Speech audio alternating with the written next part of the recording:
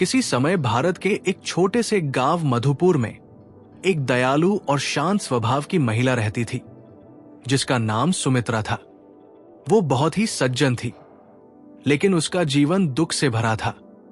सुमित्रा की शादी रामेश्वर से हुई थी और उनकी शादी को 15 साल हो चुके थे, परंतु इन वर्षों में वे कभी संतान सुख नहीं पा सके। इस कारण सुमित्रा को गांव वालों की ताने सुनने पड़ते थे। जब भी वो कहीं जाती, लोग उसका मजाक उड़ाते। कोई उसे बाज कहता तो कोई उसे डायन। महिलाएं उसे अपने समूह से बाहर रखती। वो न तो किसी महिला मंडली की बैठक में जा सकती थी और न ही गांव के सावन उत्सव में भाग ले सकती थी। एक दिन जब गांव के चौपाल पर महिलाओं की बैठक हो रही थी, सुमित्रा ने भी वहां जाने की सोची। उसने सोचा, शायद इस बार मुझे अपनी बात कहने का मौका मिले। लेकिन जैसे ही वो बैठक में पहुंची, महिलाओं ने उस पर हंसना शुरू कर दिया। एक महिला बोली, यहां क्यों आई हो? ये जगह महिलाओं के लिए है, मर्दों के लिए नहीं। दूसरी ने कहा, तुम्हारा यहां कोई स्थान नहीं है, जाओ और हमें अकेला छोड़ दो। सुमित्रा चुपचाप वहां से चली गई। उसकी आंखों से आंसू रुकने का नाम नहीं ले रहे थे। वो घर पहुंची और अपने पति रामेश्वर को सब कुछ बताया। वो उसे दिलासा देने की कोशिश करता, लेकिन सुमित्रा का दिल टूट चुका था। कुछ दिनों बाद घर में खाने की कमी हो गई। सुमित्रा ने बाजार जाने का निर्णय लिया। बाजार में उसने एक बूढ़ी महिला को जड़ी बूटियां बेचते हुए देखा। उस महिला ने उसे बताया कि उसकी औषधि से वो संतान प्राप्त कर सकती है। सुमित्रा को भरोसा तो नहीं हुआ, लेकिन वो बहुत परेशान थी। उसने औषधि खरीद ली और घर आकर उसे पी लिया। उस रात सुमित्रा ने सपना देखा। एक देवी उसके पास आई और कहा, तुम्हारी प्रार्थनाएं सुन ली गई हैं, तुम जल्द ही मां बनोगी, बस अपने विश्वास को मजबूत रखना। सुमित्रा ने उस औषधि को रोज पीना शुरू कर दिया। कुछ ही हफ्तों बाद उसे पता चला कि वो गर्भवती है। वो और रामेश्वर खुशी से झूम उठे। 8 महीने बाद सुमित्रा ने एक अद्भुत और सुंदर बच्ची को जन्म दिया। उन्होंने उसका नाम अनुपमा रखा। लेकिन जिस रात अनुपमा का जन्म हुआ, उस रात तेज बारिश और भयंकर बिजली कड़क रही थी।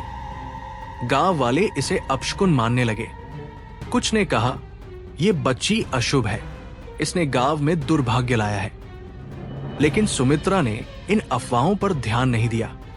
अनुपमा बड़ी होकर बहुत ही सुंदर और होनहार लड़की बनी, लेकिन उसमें एक अनोखी शक्ति थी। वो अदृश्य आत्माओं से बात कर सकती थी और बीमार लोगों को ठीक कर सकती थी। एक दिन सुमित्रा ने अनुपमा को अकेले कमरे में किसी से बात करते हुए सुना।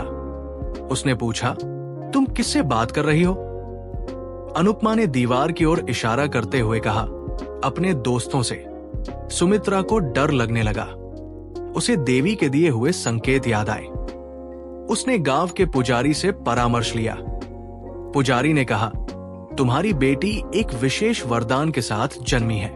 ये शक्ति उसे दूसरों की मदद करने के लिए दी गई है, लेकिन इसे संभालना आसान नहीं होगा। गांव में अनुपमा की शक्तियों की चर्चा फैलने लगी। कुछ लोग उसकी सराहना करते तो कुछ उसे डायन कहते। सुमित्रा को डर था कि गांव वाले उसकी बेटी को नुकसान पहुंचाएंगे। एक रात सुमित्रा ने सोचा, अगर मैं अनुपमा के बाल काट दूं तो उसकी शक्ति खत्म हो जाएगी और वो सामान्य जीवन जी सकेगी। उसने अनुपमा के सोने के बाद उसके बाल काट दिए।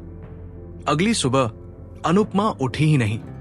वो अपनी बेटी को हिलाकर जगाने की कोशिश करती रही, लेकिन अनुपमा की जान जा चुकी थी। सुमित्रा को अपनी गलती का एहसास हुआ। उसने तुरंत पुजारी के पास जाकर मदद मांगी। पुजारी ने कहा, अपनी बेटी को वापस पाने के लिए तुम्हें देवी के चरणों में बलि चढ़ानी होगी। सुमित्रा ने 7 बकरियां और अन्य प्रसाद लेकर देवी की नदी के पास जाकर प्रार्थना की। देवी प्रकट हुई और कहा, मैं तुम्हारी बेटी को वापस ला सकती हूं, लेकिन तुम्हें इसके बदले अपनी बुद्धि का बलिदान देना होगा। सुमित्रा ने अपनी बेटी की जिंदगी बचाने के लिए अपनी मानसिक स्थिति का त्याग कर दिया अनुपमा वापस जीवित हो गई, लेकिन सुमित्रा अपनी मानसिक स्थिति खो बैठी। फिर भी वो खुश थी कि उसकी बेटी सुरक्षित थी। अनुपमा ने अपनी मां के बलिदान को समझा और उनकी सेवा करने का प्रण लिया। समाज आज भी सुमित्रा जैसे महिलाओं को किस नजर से देखता है? क्या आपको लगता है कि समय के साथ ये सोच बदली है या आज भी ये भेदभाव मौजूद है? अपनी राय कमेंट्स में जरूर शेयर करें। जब प्यार जलन में बदल जाए तो कोई अपने ही परिवार से कितनी दूर जा सकता है। देखिए कैसे बहनों का रिश्ता ऐसे मोड़ पर आता है जिसमें विश्वास टूटने की कगार पर होता है। जानने के लिए यहां क्लिक करें।